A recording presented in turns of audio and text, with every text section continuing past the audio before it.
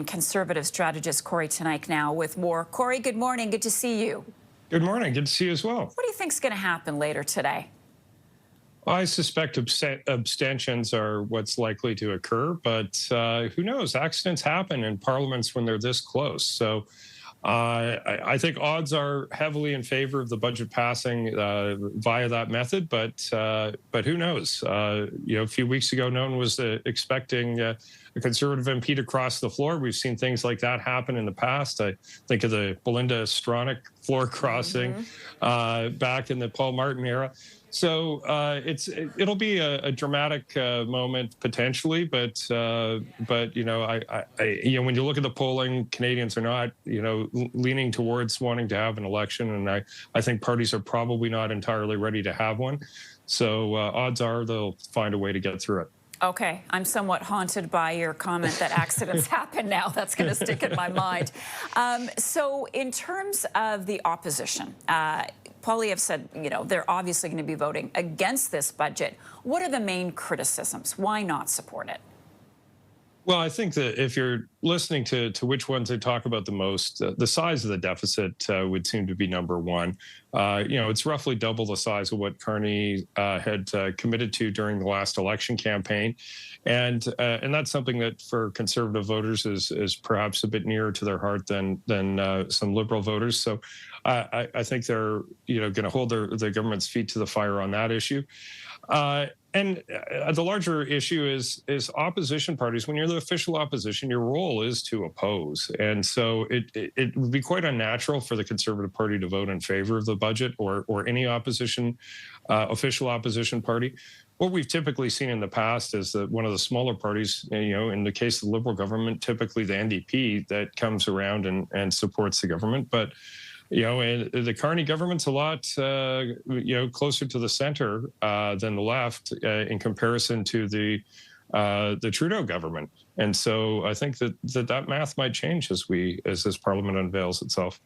Do you think that Poilievre wants there to be an election, or will there be some quiet relief today when the budget passes, if it passes? I don't think there's been a dramatic change in the electoral coalitions of either of the two main parties, frankly. I would say one of the things that if I were the Conservatives, I would be hoping would happen is actually some resurgence of the NDP. Getting 40% of the vote is normally enough to form government. But that's because Canada typically has a much more robust NDP in the mix. And so in a three-party race, 40% is great. In a two-party race, 40% means you lose. So I think some resurgence for the NDP would be helpful for the Conservatives, and the NDP are basically teetering on the brink of bankruptcy right now, and in the middle of a leadership race. So, for that reason, I would probably be hesitant to go to the polls right now if I were Pierre Poilievre. But the underlying fundamentals in terms of their support coalition haven't changed much, and so they're in a competitive position to fight a campaign compared to the other opposition parties.